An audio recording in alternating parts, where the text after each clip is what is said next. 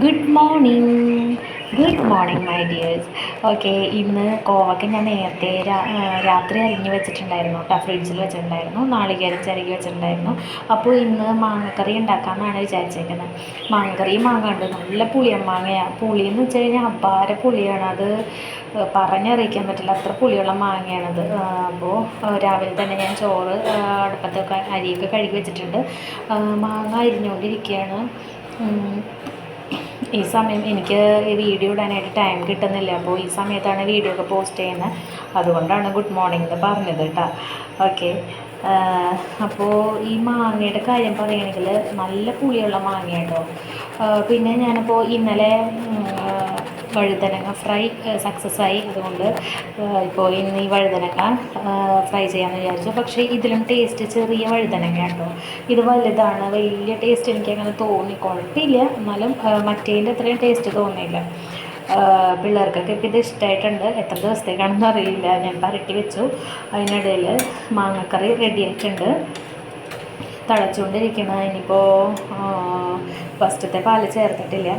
അപ്പോൾ നെല്ലിക്ക കൊണ്ടുവന്നിട്ടുണ്ടായിരുന്നു, പച്ചക്കറി വാങ്ങിച്ചപ്പോൾ നെല്ലിക്ക വാങ്ങിച്ചിട്ടുണ്ടായിരുന്നു. അപ്പോൾ അതൊന്ന് ഉപ്പിലിടണം. അങ്ങനെ ഗൈസ്, നമുക്ക് പുറത്ത് നോക്കാം. അയ്യോ, ഞാൻ അറിഞ്ഞില്ല, ഇത് പൂട്ടിയൊക്കെയായിരുന്നു, സോറി. അപ്പോൾ അത് കഴിഞ്ഞപ്പോൾ മാങ്ങക്കറി ഇവിടെ ആയിക്കൊണ്ടിരിക്കുകയാണ്. അപ്പോൾ ഞാൻ അരിഞ്ഞ് വെച്ചിരുന്ന കോവയ്ക്ക വെക്കണമല്ലോ, അതിൻ്റെ കാര്യം വിട്ടുപോയി. പെട്ടെന്ന് തന്നെ ഇപ്പുറത്ത് ചട്ടി വെച്ചിട്ട് കോവയ്ക്ക തോരൻ റെഡിയാക്കാൻ പോവാണ്.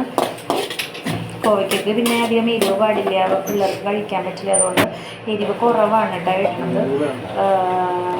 നമുക്കൊന്ന് പുറത്ത് പോയി നോക്കാം, മഴയും കാര്യങ്ങളൊക്കെ ഉണ്ടായിരുന്നു നോക്കാം. ഇവിടെ നല്ല മഴയാണ്, രാവിലെ മുതലേ തുടങ്ങിയുള്ള മഴയാണ്. ഇത്ര സമയമായിട്ട് മഴ നിന്നിട്ടില്ല, നല്ല മഴയാണ്. അങ്ങനെ മഴയൊക്കെ കണ്ട് വന്നപ്പോൾ ഇതേ നമ്മുടെ മാങ്ങക്കറി റെഡി ആയിരിക്കുകയാണ്. മാങ്ങക്കറി അതിൻ്റെയോടൊപ്പം തന്നെ കോവയ്ക്ക ഞാൻ ഇട്ടിട്ടുണ്ടായിരുന്നു. സവാളയൊക്കെ നന്നായിട്ട് മുരിഞ്ഞു. അപ്പോൾ കോവയ്ക്കൊക്കെ നന്നായിട്ട് ഇളക്കി കഴിഞ്ഞിട്ട് അടച്ച് വെക്കാട്ടോ. അത് ഒരു ഇടയ്ക്കിടയ്ക്ക് വന്നത് ഇളക്കി കൊടുക്കുക, അല്ലെങ്കിൽ അടി പിടിക്കും. അങ്ങനെ കുറച്ച് സമയം വെച്ച് കഴിഞ്ഞാൽ അതൊന്ന് ഫ്രൈ പോലെ നല്ല മുരിഞ്ഞ് കിട്ടും, അത് ടേസ്റ്റുള്ളതാണ്. അത് കഴിഞ്ഞപ്പോൾ ഞാൻ രണ്ട് മുട്ട അടിച്ച് വെച്ചിട്ടുണ്ട്. മുട്ട വറുത്തതും കൂടി കൊടുത്തയക്കും. വാഷിംഗ് മെഷീനിൽ തുണിയുടെ ഒരുപാടുണ്ട്, പക്ഷേ ഉണങ്ങുമെന്ന് അറിയില്ല, അന്ന് ഫുള്ളും മഴയാണ്. അങ്ങനെ വാഷിംഗ് മെഷീനിൽ തുണിയൊക്കെ ഇട്ട് കഴിഞ്ഞ് ഞാൻ വീണ്ടും അടുക്കളയിലേക്ക് എത്തിയിരിക്കുകയാണ്. കടുക് പൊട്ടിച്ചു. കടുക് താഴെ വീഴാണ്ട് നോക്കി, കാരണം കടുക് താഴെ വീണ കലഹമാണെന്നാണല്ലോ പറയുന്നത്. അങ്ങനെ പണിയൊക്കെ കഴിഞ്ഞു റിലാക്സ് ചെയ്യാൻ വേണ്ടിയിട്ട് പുറത്ത് പറഞ്ഞ ഇൻട്രസ്റ്റ് നോക്കിയിട്ട് മനോഹരമായി